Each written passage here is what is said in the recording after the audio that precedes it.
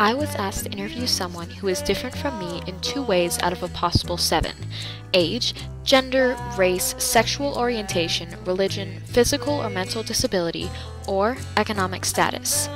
This was fairly easy because while my entire family basically consists of a bunch of white females, I have several family friends who fit this description well. They all varied in different traits, so I was sure I could get at least one of them to say yes. I was wrong. When I approached them, they were all enthusiastic to help, as I am rather well acquainted with all of them, and they know that I tend to take my projects very seriously. However, when I told them that they would have to be filmed, they clammed up and refused to share anything. Looking for another way to approach the situation, I decided to spend an hour or so at 9 Mile bus station, where I would ask strangers their opinion to basic versions of these questions. No luck either, because as soon as I proposed the YouTube portion of the assignment, they too clammed up. It didn't matter the age group, the race, the gender, or other traits as well. Everyone simply seemed not to want to share what they had experienced with prejudice in different areas. It's a sensitive topic, and I was beginning to see that I had more work cut out for me than I had originally planned. I went back to another family friend, a white man, much older than I, for a last-ditch effort. He said that he would do it, but he wouldn't be filmed. I hastily agreed, and the following is a summary of what we discussed. As for advantages, he did agree that being a man in today's world definitely made him more prone to success. We discussed how it has become better for women over time, but it still isn't equal. Women still struggle to succeed where men find ease.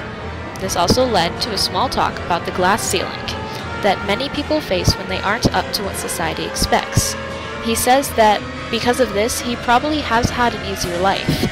He also said that he has not had as many obstacles as other people who are different from him. Another good point he brought up was the true definition of privileged, which, to him, meant simply lucky.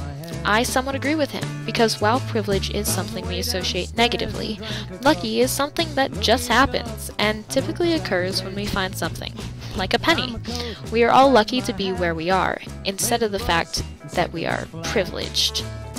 This was where my conversation ended, and with ideas in my head, I went to work on my project, and this is where I began to question the project itself. I had been asking anyone in my life that was different from me in order to find out how they saw the world. I was specifically singling them out as different from me so that I could interview them and put their response on display. I felt bad about this and wondered why I had been given this assignment in the first place, and I wasn't sure. I was angry that I had been put in this position and wanted more than the answers that had been given to me by my interview subject. I tried to think of a way to get this feeling of disgust at my blatant disregard for people's own equality out of my mind. I looked for an answer to why this assignment was even necessary, why we needed to single people out and show others how apparently they were different. I didn't find my answer online, or even from someone I interviewed. I found it where this question originated, at Regis, specifically in the Regis Handbook in Grad at Grad Qualities. In Committed to Doing Justice, I found that we are committed to justice that is grounded in the knowledge of the roots of injustice in social institutions, attitude, and customs, and understand the values of a consumer society can be in conflict with the demands of a just society. In Intellectually Competent, I found that we are to live in the light of the education received at Regis Jesuit and pursue a reflective and introspective life. We are to actively apply this knowledge to the issues facing the world community and respond to those issues with new and creative solutions. The most important, though, is what I found in Loving, which said, overcome personal prejudices and other stereotypes, and more readily cherish the differences of others. It was when I read these that I understood why we had to do this project, why it even mattered in the grand scheme of things. We weren't being prejudiced, even though we may feel that we were. We were learning to accept that everyone is different and has their own story because of what they were given to deal with in life. We are lucky to have differences, and our differences are not what defines us. It's what we do with them that makes us special. I may have only interviewed one person officially, but I also looked into myself. This may not have been the given assignment, but it was how I was able to interpret it.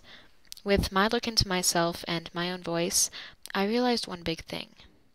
In our differences, we are united.